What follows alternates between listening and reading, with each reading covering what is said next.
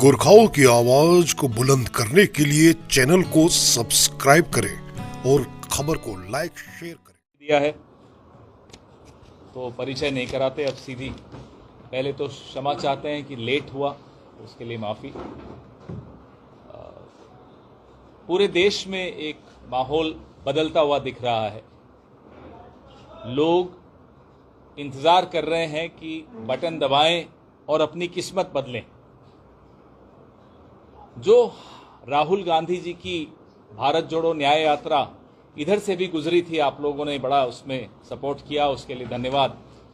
उस न्याय यात्रा और भारत जोड़ो यात्रा का एक रिजल्ट ये निकला कि जो हमारा न्याय पत्र है, जो मैनिफेस्टो है, वो लोगों से बातचीत कर करके जो आइडियाज आए, जो लोगों की तकलीफें सुनी राहुल जी ने, मल्लिकार्जुन खड़गे साहब ने और हमारे तमाम नेताओं ने, उसके बाद ये न्याय पत्र बना, जिसमें हमने खास तौर पे नौजवानों पर फोकस किया है कि उनके साथ पिछले 10 साल में बहुत अन्याय हुआ है, बहुत इनजस्टिस हुआ है।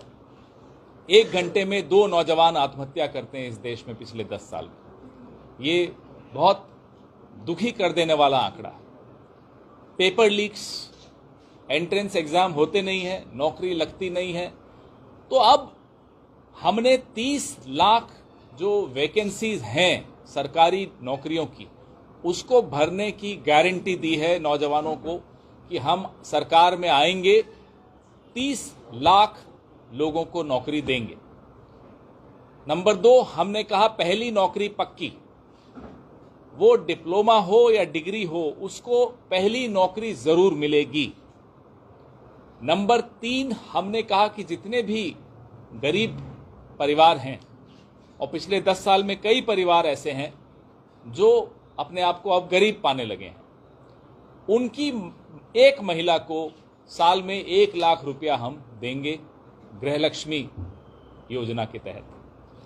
हमारी ये जो गारंटीज हैं किसानों के लिए भी हैं कि एमएसपी का एक कानून बनाएंगे जिसमें स्वामीनाथन कमीशन की जो रिपोर्ट है वो लागू की जा सके और किसानों को अपनी फसल का दाम मिले। आदिवासियों के लिए, दलितों के लिए, हमने सबके लिए उसमें एक न्याय की गारंटी दी है। और राहुल गांधी और मल्लिकार्जुन खड़गे जी जब कुछ बोलते हैं तो वो करके दिखाते हैं। हमने दिल्ली में आज से कुछ हफ्तों पहले हमारे मित्र डॉक्टर मुनीश तमांग को पार्टी में शामिल करवाया था, और दिल्ली में हमें उसके बाद लगातार लोगों के फोन आए कि बहुत बढ़िया आदमी को आप पार्टी में लाएं। मुनीश जी यहां तो पॉपुलर हैं ही, दिल्ली में भी बहुत ज्यादा पॉपुलर हैं, दिल्ली यूनिवर्सिटी में भी पॉपुलर हैं, वहां की इंटेलिजेंसिया में भी जो बौद्धिक वर्ग है, बुद्धिजीवी वर्ग है, उसमें भी बहुत ज्यादा पॉपुलर हैं। दार्जिलिंग का एक बहुत महत्वपूर्ण स्थान है, न केवल हमारे नक्शे में, हमारे दिलों में भी बहुत ज्यादा महत्वपूर्ण जगह है दार्जिलिंग की। दार्जिलिंग के अपने मुद्दे हैं। एक ऐसी पार्टी है जिसने दार्जिलिंग से सिर्फ लिया, दार्जिलिंग को कुछ दिया नहीं।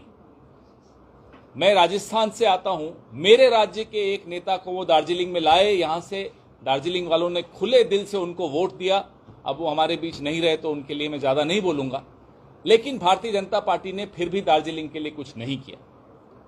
फिर एक और आदमी बाहर से लाए, उसको भी दार्जिलिंग के लोगों ने वोट दिया, जिताया, आशीर्वाद दिया, लेकिन फिर भी दार्जिलिंग का कुछ भला नहीं हुआ। धोखा हुआ दार्जिलिंग के साथ। लगातार दार्जिलिंग के साथ भारतीय जनता पार्टी धोखा करती आई। अब मुनीश तमांग जी आपके सामने हैं, हमारे लेफ्ट के साथी, हमारे सीपीएम के साथी आपके सामने हैं। कांग्रेस पार्टी, सीपीएम, हमारो पार्टी, सब मिलकर आप लोगों के सामने आए हैं कि आप इस बार आशीर्वाद देकर देखिए डॉक्टर मुनीश तमांग को, और फिर 5 साल आपको चिंता नहीं करनी, आप चैन से सो सकते हैं। सारी परेशानी इनके सर पे डाल दीजिएगा, ये आपकी परेशानियां दूर करेंगे, क्योंकि इस व्यक्ति में, इस आदमी में एक जज्बा है कि दार्जिलिंग के लिए कुछ करना है। जब मैंने इनसे पूछा उस दिन दिल्ली में ऑल इंडिया कांग्रेस कमेटी के ऑफिस में, मुनीश जी आप क्यों कांग्रेस में आ रहे हैं? बोले मुझे लगता है कि कांग्रेस में आने के बाद मैं दार्जिलिंग का कुछ भला कर पाऊंगा, गोरखास का कुछ भला कर पाऊंगा, और ये ऐसी ज़मीन है, इस ज़मीन को हम सलाम करते हैं, प्रणाम करते हैं, जहाँ से गोरखा भाई जो इतने वीर एक कौम है वो यहाँ से आई है। तो मुझे इनका जो जज्बा था, इनकी जो भावना थी, बहुत अच्छी लगी। मुझे लगा कि अब दार्जिलिंग के साथ न्याय होगा। दार्जिलिंग को एक अच्छा नेता मिला है जो दार्जिलिंग के लिए कुछ करके दिखाएगा, इसमें एक जुनून है। इनकी पत्नी जो बैठी हैं ये हमारे नॉर्थ से आती हैं, और इनकी लाइफ में सबसे बड़ी प्रेरणा, बीपी भाई बता रहे थे, अभी हमारे बीपी सिंह जी मेरे भाई हैं, हमारे वरिष्ठ नेता हैं कांग्रेस के, ये बता रहे थे कि कुंतल जी इनको बड़ी प्रेरणा देती रहती हैं, बड़ा रिसर्च करती हैं। तो आपके साथ एक फ़ायदा ये होने वाला है, वो एक स्कीम आती है ना दिवाली पे, न्यू ईयर पे, क्रिसमस पे, दुर्गाष्टमी पे, by one get one free. तो इनको वोट दोगे तो वो भी, उनकी भी सेवाएं आपको मिलेंगी। तो ये एक बोनस आपको मिल रहा है, इसमें चूकिएगा मत। दार्जिलिंग की जो विशेष समस्याएं हैं, विशेष मुद्दे हैं, उस पर इन्होंने अच्छी रिसर्च कर रखी है, और ये एक ब्रिज बनेंगे, एक पुल बनेंगे दार्जिलिंग और दिल्ली के बीच में। ऐसे पुल को अब आप जितना मजबूती से और मजबूत करिएगा, आप ही की समस्याओं का हल होगा। अब आपके सवाल या आप कोई और कुछ कहना चाहे तो मेरे साथी।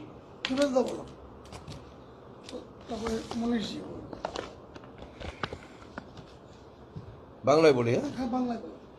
আচ্ছা, এর আগেও তো আমরা যৌথ সাংবাদিক সম্মেলন করে বলেছিলাম আমাদের বামফ্রন্ট, হামরো পার্টি এবং জাতীয় কংগ্রেস, যে আমরা জাতীয় কংগ্রেস মনোনীত প্রার্থী ডক্টর মুনিশ তামাংকে দার্জিলিং লোকসভা কেন্দ্র থেকে বিজয়ী করতে চাইছি। কেন? এটা কোনো ব্যক্তিগত বিষয় নয়। দার্জিলিং লোকসভা কেন্দ্র, যেখানে পাহাড় আছে, সমতল আছে, চা বাগান আছে, শিলিগুড়ির মতো মহানগর আছে, চোপড়ার মতো কৃষি প্রধান এলাকা আছে, এরকম একটা বৈচিত্র্যপূর্ণ লোকসভা কেন্দ্রে এমন একজন প্রার্থী এখান থেকে নির্বাচিত হয়ে যাওয়া উচিত, যিনি সমস্ত ধরনের ভাষা, ধর্ম, সম্প্রদায় এবং ভৌগোলিক বৈচিত্র্য সবকিছুর ভারসাম্য রেখে সংসদে আমাদের হয়ে তিনি প্রতিনিধিত্ব করবেন, আমাদের হয়ে তিনি কথা বলবেন। ডক্টর মুনিশ তামাং হচ্ছে সেই ক্ষেত্রে যোগ্যতম প্রার্থী।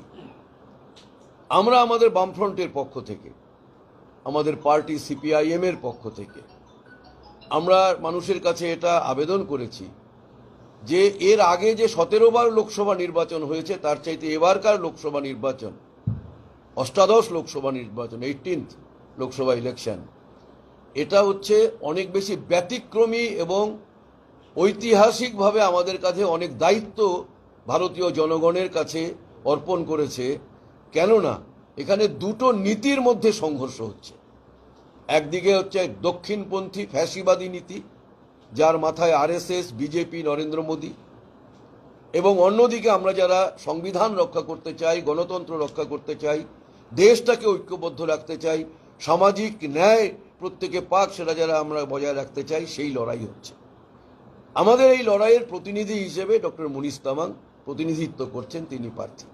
আমাদের রাজ্য পশ্চিমবঙ্গে দেখেছেন গতকাল হাইকোর্ট রায় দিয়েছে কি ধরনের দুর্নীতি, চাকরি চুরি, কি ধরনের বেপরোয়াভাবে, এবং সরকার নিজে সিদ্ধান্ত করে এই দুর্নীতিগুলো করছে। শুধু চাকরি চুরি নয়, এখানে গরু পাচার, বালি চুরি, কয়লা চুরি, বিভিন্ন ধরনের দুর্নীতি। এমনকি আমরা পঞ্চায়েতের ভোটে দেখলাম ভোট লুট, ভোট চুরি, মানুষের গণতন্ত্রকে লুট করা হচ্ছে। তাই বিজেপি এবং তৃণমূল এটা একে অপরের পরিপূরক হিসেবে কাজ করছে। আমরা চাইছি একটা তৃতীয় শক্তি হিসেবে যারা গণতন্ত্রের জন্য, দেশের জন্য, মানুষের জন্য, চা বাগানের শ্রমিক, তাদের মজুরি, তাদের ন্যূনতম মজুরি, তাদের বাস্তু জমি, কৃষক তার ফসলের দাম, বেকারদের কাজ, মা বোনেদের মান মর্যাদাকে আরো অনেক বৃদ্ধি করা, ছাত্রছাত্রীদের শিক্ষার অধিকারকে এগিয়ে নিয়ে যাওয়া, এই যে আমাদের তৃতীয় শক্তি হিসেবে এটা আমরা করতে চাই। আমার শেষ কথাটা হচ্ছে, পাহাড়ে আমরা বিগত কয়েক বছর ধরে আমরা এটা দেখেছি, পাহাড়ের মানুষের মধ্যে একটা আবেগ আছে। সেই আবেগকে আমরা শ্রদ্ধা করি। হ্যাঁ, সেই আবেগ বাস্তবোচিত হওয়া না হওয়া সেসব নিয়ে অনেক আলোচনা হবে, যে কারণে আমরা বলেছি যে highest form of regional autonomy, যেটা ষষ্ঠ তফসিলের মধ্যে দেয়া সম্ভব, আমরা বলেছি সেটা নিয়ে আলোচনা হোক, সমস্ত স্টেক হোল্ডারদের নিয়ে আলোচনা হোক। কিন্তু আমরা দেখেছি এই সময়ে, যেটা খেরাজি এখানে বললেন, 2009-তে আমি নিজে প্রার্থী ছিলাম, আমার বিরুদ্ধে প্রতিদ্বন্দ্বিতা করলেন যশবন্ত সিং, তিনি এলেন, তিনি শুধু দুটো কথা বললেন, গোর্খাল্যান্ড হুঞ্চ। তিনি নেপালি ভালো জানেন না, তাকে বলে দিয়েছিল আপনি খালি এটাই বলবেন, তিনি বললেন, গোর্খাল্যান্ড তো হলো না, কিন্তু ভোটটা লুট হয়ে গেল, পাহাড়ের মানুষের সঙ্গে প্রতারণা করা হলো। এবং এইভাবে এখন বিজেপি আর তৃণমূল, পাহাড়ের ছোট ছোট দলগুলো যারা আছে, আঞ্চলিক দল, তাদের আবেগকে কার্যত কবজা করে নিয়ে পাহাড়ে একটা বাইনারি তৈরি করেছিল, হয় বিজেপির সঙ্গে থাকো, নয় তৃণমূলের সঙ্গে থাকো। আমরা হামরো পার্টিকে, আমাদের বামফ্রন্টের পক্ষ থেকে, জাতীয় কংগ্রেসের পক্ষ থেকে আমরা এই কারণেই ধন্যবাদ দিচ্ছি, অভিনন্দন জানাচ্ছি, তারা এই বাইনারির বিরুদ্ধে দাঁড়িয়ে একটা বিকল্প তৃতীয় শক্তি গঠনের জন্য জাতীয় কংগ্রেস, বামফ্রন্ট এবং হামরো পার্টি আমরা একসাথে পাহাড়েও, আজকে যে পাহাড়ের মানুষের প্রতি যে প্রতারণা হয়েছে, বিজেপি করেছে, তৃণমূল করেছে, তার বিকল্প হিসেবে, তৃতীয় শক্তি হিসেবে আমরা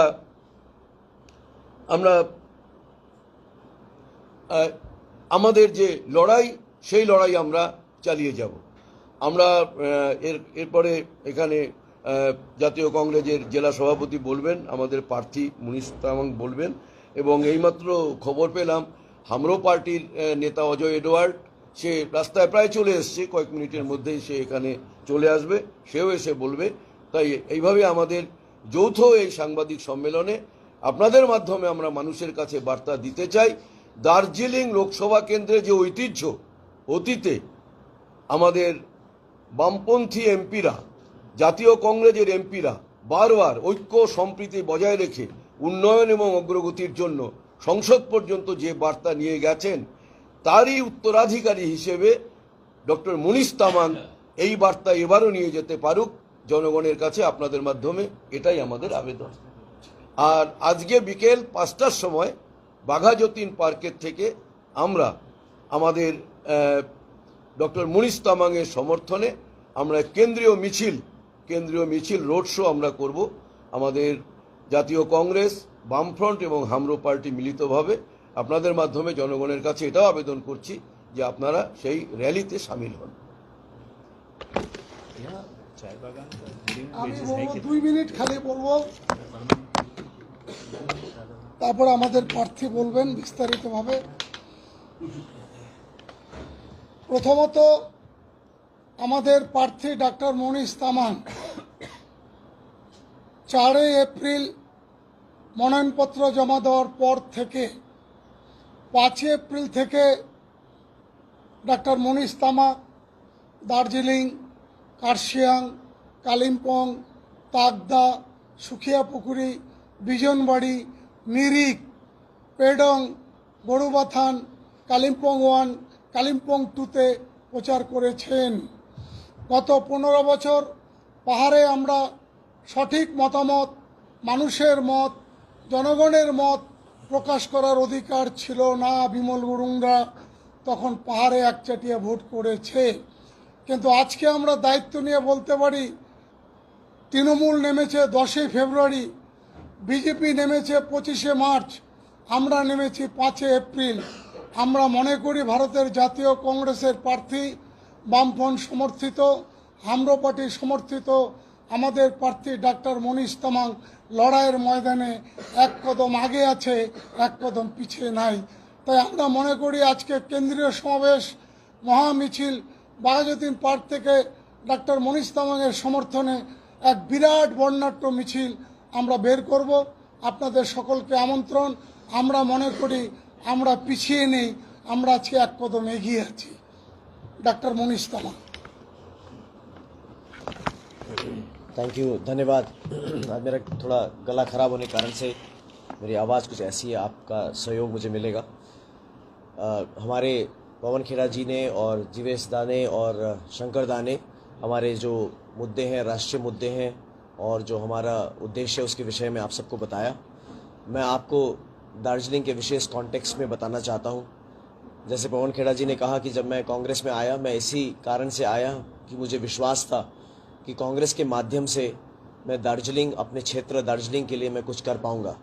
और वो मुझे इसलिए विश्वास हुआ क्योंकि अभी तक दार्जिलिंग में जो भी हमें पॉलिटिकल अचीवमेंट हुई है, खास करके हमारे पहाड़ के क्षेत्रों के विषय में अगर हम बात करें तो वो सब कांग्रेस यूपीए के समय में ही हुई है। चाहे वो दिल्ली दार्जिलिंग गोरखा हिल काउंसिल का मुद्दा हो सुभाष घी सिंह के टाइम के समय में, या नेपाली भाषा मान्यता की बात हो, 8वीं अनुसूची में जोड़ने की बात हो, या 6ठी अनुसूची में जो बिल पेश किया था पार्लियामेंट में उसकी बात हो, या जीटीए के संधि की बात हो। यहाँ पर जितने भी पॉलिटिकल अचीवमेंट हुए हैं सभी कांग्रेस के टाइम में हुए हैं। और उसके बाद यहाँ हर प्रकार का डेवलपमेंट का पूरा विराम हो गया, उसके बाद फुल स्टॉप लग गया। जब से कांग्रेस पावर में नहीं रही, जब से भाजपा के यहाँ सांसद आए और जब से नरेंद्र मोदी जी का सरकार हुआ, तो दार्जिलिंग में पॉलिटिकल और अन्य किसी भी प्रकार का डेवलपमेंट हमने नहीं देखा है।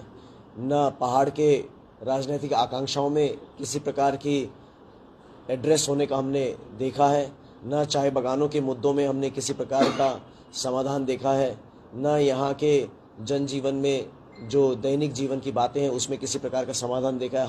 हर जगह निराशा ही मिली। और पिछले 15 साल में जो हमने यहाँ इलेक्ट किया भाजपा को, इस 15 साल का कुल मिला के हमें हाथ में सिर्फ 0 मिला। और जैसे मैं कहता हूँ कि 15 साल कुछ कम समय नहीं होता है। 15 साल में एक बच्चा पैदा होकर मैट्रिकुलेट हो जाता है, 15 साल में एक आदमी फ़ौज में जाके पेंशन कमा लेता है, और 15 साल में एक युग बीत जाती है। और इस 15 साल में हमें कुछ भी अचीवमेंट नहीं हुआ। इसलिए दार्जिलिंग के लोग इस समय तैयार हैं बदलाव लाने के लिए। दूसरी तरफ जो तृणमूल का सरकार है जिसके विरुद्ध में हम लड़ रहे हैं, यहाँ हम तृणमूल को और भाजपा को दोनों को हराएंगे। तृणमूल ने जिस प्रकार का भ्रष्टाचार और अत्याचार यहाँ किया है उसको भी लोग करारा जवाब देना चाहते हैं। और इसीलिए जो कांग्रेस का यहाँ पुराना नाता रहा है दार्जिलिंग के साथ, कांग्रेस के हमारे प्रधानमंत्री यहाँ दार्जिलिंग में पहाड़ों में लगातार आते रहे हैं। नरेंद्र मोदी जी कभी भी एक बार भी पहाड़ में नहीं चढ़े। और इसीलिए हमें पूरा विश्वास है कि यहाँ जो एंगेजमेंट रखा है वो केवल कांग्रेस पार्टी ने रखा है। और इस बार जब हम जीतेंगे, और हमें पूरा विश्वास है कि दार्जिलिंग भी जीतेंगे और दिल्ली में भी सरकार की परिवर्तन होगी, हमें विश्वास है कि जो यहाँ डेवलपमेंट रुका हुआ है, पॉलिटिकल और अन्य डेवलपमेंट यहाँ कुछ नहीं हुआ है, उसका रास्ता फिर से खुलेगा और दार्जिलिंग फिर से अपने पुराने अच्छे समयों में लौट आएगा। धन्यवाद बहुत बहुत। पश्चिम बंगाल के मुख्यमंत्री हर एक सभा में परिचय रहे हैं कि कांग्रेस पश्चिम बंगाल में बीजेपी की मीटिंग होकर के काम कर रही है, इसलिए कांग्रेस को एक वोट आप लोग मत दीजिए। इस पर आप इसका उनसे सबूत मांग लेते, हम तो आपको और कई सबूत दे देंगे। अभी हमारे मुंह बंद है, सील किया हुआ है, हमने ज़्यादा नहीं बोल रहे हैं। लेकिन पूरा देश जानता है कौन किसको कब कहाँ मदद करता है, सबको दिखाई देता है। अगर एक आदमी लड़ रहा है भारतीय जनता पार्टी से तो वो राहुल गांधी है। उनको संसद से बाहर कर दिया, उनको घर छीन लिया, उनको बाहर कर दिया। सबने देखा, पूरे विश्व ने देखा कि कैसे राहुल गांधी के पीछे पूरा का पूरा राष्ट्रीय स्वयंसेवक संघ और पूरी भारतीय जनता पार्टी लगी हुई है। इसलिए कोई भी अगर ऐसा कहता है तो उसको 2 बार सोचने के बाद बोलना चाहिए, नहीं तो लोग उनकी हंसी उड़ाएंगे। मुख्यमंत्री को समझना चाहिए, अच्छा नहीं लगेगा हमें भी कि लोग उन पर हंसें। जो आपका दल में विनय तमान पहाड़ का नेता है, विनय तमान आप ही का दल का है, और आज उन्होंने एक वीडियो मैसेज में बताया कि हम चाहते हैं और हम पहाड़ के जो लोग हैं उनको अपील करते हैं कि सभी ने राजू बिष्ट जो बीजेपी कैंडिडेट है उनको वोट दीजिए पहाड़ की उन्नयन के लिए। यही हमारा पूछा कि आप रेजिग्नेशन दिया है, कांग्रेस से रेजिग्नेशन लेटर व कांग्रेस हाईकमान को रेजिग्नेशन लेटर भेजा है? तो नहीं, आप क्यों रेजिग्नेशन देंगे? हम कांग्रेस में रह के हम बीजेपी कैंडिडेट को वोट देने के लिए बोला। हमारे जो प्रभारी हैं, हमारे नेता बीपी सिंह जी यहाँ हैं, जिसको कांग्रेस के जो केंद्रीय नेतृत्व के यही यहाँ प्रभारी हैं। आप इनसे इस सवाल पूछिए, ये जवाब देंगे। वैसे ही हमारी पार्टी का आंतरिक मामला है, लेकिन ये जवाब देंगे। हम संज्ञान ले चुके हैं, उस पर ज्यादा नहीं बोलना। शंकर दा ने ऑलरेडी शायद कुछ बोला है। না এটা এটা এটা চ্যাপ্টার ক্লোজ, চ্যাপ্টার ক্লোজ। আপনি আপনি কোনো রাজনৈতিক দলে এমন সিদ্ধান্ত হতে পারে না যে আমি কংগ্রেসে থেকে বিজেপিকে ভোট দিতে পারবো।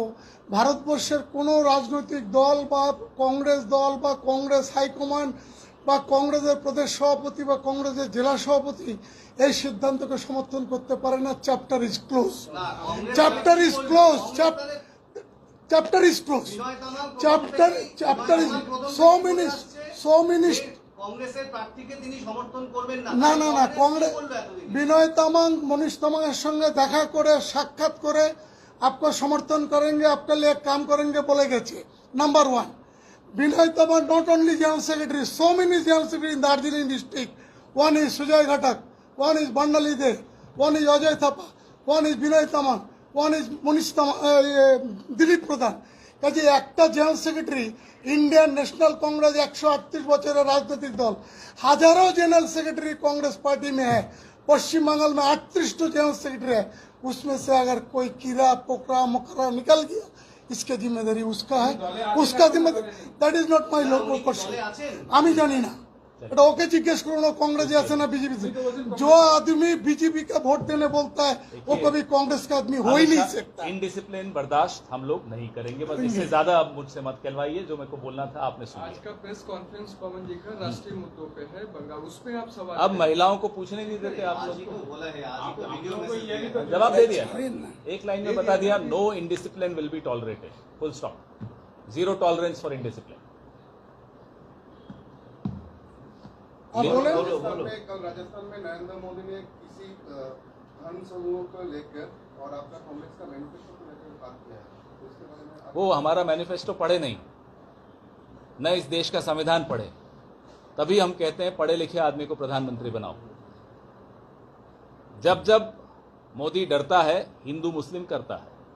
हम लोगों ने जो मैनिफेस्टो में कहा, आपके सामने मैंने अपनी प्रेस कॉन्फ्रेंस में खुलकर बताया, न्याय नौजवान के साथ, न्याय महिला के साथ, न्याय एससी के साथ, एसटी के साथ। तो ये क्या गलत है? ये डर इसलिए गए हैं क्योंकि हम न्याय की बात कर रहे हैं।